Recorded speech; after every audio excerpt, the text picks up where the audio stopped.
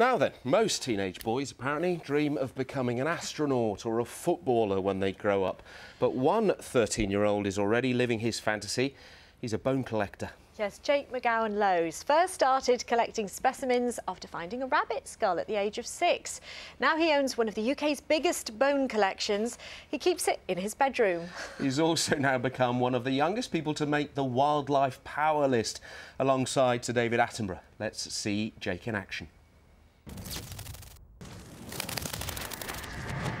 Right, come this way, I've got something to show you. I found it a couple of weeks ago. Here it is. This is a young red deer stag. The other reason you can tell it's young is because the back tooth there hasn't come through yet, and the first tooth is still a baby tooth. This is the humerus, and usually it'll have a big bit on the end, which is this when it's an adult, but since it's a child it's not fused yet. But if it was to live another year it would have fused on, so it doesn't fall off.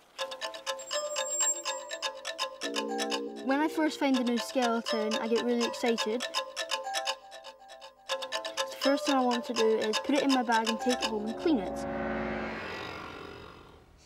And I'm delighted to say that Jake and his dad Nick are with us this morning. Good morning to you both, as are Morning.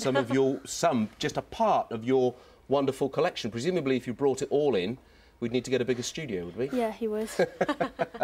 Which was your first? Which was your favourite bone? What really sort of got you excited and interested in bones? Well, I found my first skull when I was 6 when I was out walking on the hills with my dad, and I found it really interesting and I wanted to find out what it was from. So I took it home and found it was from a rabbit, and that made me wonder what other skulls and bones are waiting to be found. Well, you're being recognised for this fantastic work that you've been doing now by the Wildlife magazine. I mean, what's that like, the fact that you are a conservationist? It's a great honour to be on the list with people like Sir David Attenborough and Chris Packham. That's Absolutely. an amazing. It is because they're household names, aren't they? Yeah. As indeed we hope Jake will become one day. Nick, what's it like trying to keep his bedroom dust free? To be fair, he's a household name in our household, but just not much further at the moment. Yes, his collection has grown and grown. We've never yet found the point of telling him that he's got too many skulls.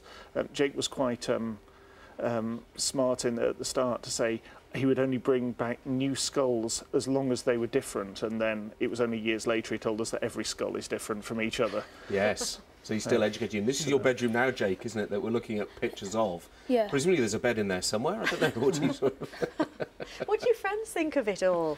Well, I don't really talk about it much at school. That's why everyone was surprised when I was on the One Show with Sir David Attenborough. Wow. Right, so it was a revelation to them, was it, what Yeah. you were doing in your free time? Yeah. Wow, that's absolutely fantastic. Well, we've got some... These are the ones you've brought in to show us this morning. Obviously, we don't know much about it. So, yeah, tell us a little bit about it. What have you brought in to show us this morning? That's incredible. This is a vertebrae. It was found on a beach in Oban quite a few years ago, and from the size, the only thing it can be from is a whale. And I'm thinking it's most likely a minke whale, which are about 7 metres long. OK, presumably you haven't got too many whale bones. No, that's my only one. You'd need to get definitely a bigger house, wouldn't you, if you looked at those? And anything particularly that you're fascinated by? We've got a lot of skulls here. Are skulls your favourite? Yes, skulls are probably my favourite bone. What's that one What's then? this one? That is a roe deer. Is a roe deer? Yeah. OK.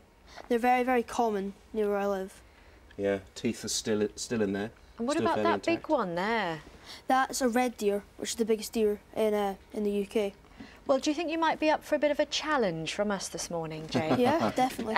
Let's introduce this skull to you then. We've been lent this skull by the Manchester Museum, so thank you very much for that. If I just show it to the camera there, can you see it from there? Because I'd like to ask you what you think this skull is. It's got very sharp teeth, which shows that it's definitely a predator, and it looks very dog-like, and that's because it's in the same family as dogs. Yes. It's the canid family. OK. But it's not a dog, it's a fox. Well, 10 out of 10, you've got it spot on. There it is. There is the fox. The fox, you Maybe were not right. the actual one. No, a fox, a similar one. Well done. You know your onions, don't you? You know your skulls. Yeah. Fantastic. Really, really interesting. This is one that I really wanted to show you as well. This, in fact, even I managed to guess what this is. This is a puffin what I really liked about it is that the beak is obviously very colourful puffin beaks, aren't they, when they're alive, but the beaks are still very much intact. Do you find that with bird skulls, that the beak's intact? Yeah, with some of them, not with all of them though. Okay. So Nick, you obviously are very supportive of all of this hobby. I guess if you hadn't let him pick up that skull when he was 6, though, it might not have led to all this. And my wife's blood pressure might go up every time she goes into his room. Indeed, I think, I mean, all of my children, we take out into the countryside, there's always something that they find interesting and they latch on to. For Jake, it's been skulls, which may seem a bit unusual, but it's actually led him to explore nature in a wider sense. If he hadn't picked up that rabbit skull, he would have picked up something else, or there would have been something else that would have got his interest in nature. I've no doubt about that at all. And what about when you grow up? What would you like to do? Definitely something with bones, but I'm not quite sure what yet. Well, we wish you all the well for the future. I'm sure you're going to be absolutely great at what you do, because obviously you've made a huge impact with the bone collecting. So many, many congratulations, and thanks for bringing them in. And John's going to talk to you a bit more later in the programme, aren't you, John, about it? Look forward to that. We'll have another test for you. Okay. Yeah, something different. I was just about to say I don't think you need to bone up. Oh. But, groaning in the gallery. Okay. Thank you, folks. And on Really the good to see you. sofa. Thank you. Thank you very much. Now,